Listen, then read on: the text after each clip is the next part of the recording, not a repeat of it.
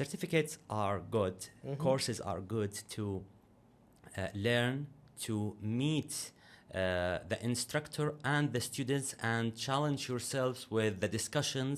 and challenge yourself with the project that you will practice. However, when you have this certificate and you have this paper, it doesn't mean that you become expert and you get the skill. You need to practice on real projects. So what I always advise,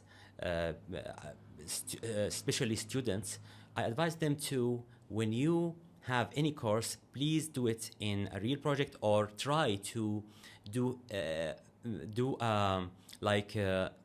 if you're learning modeling, try to do the model for that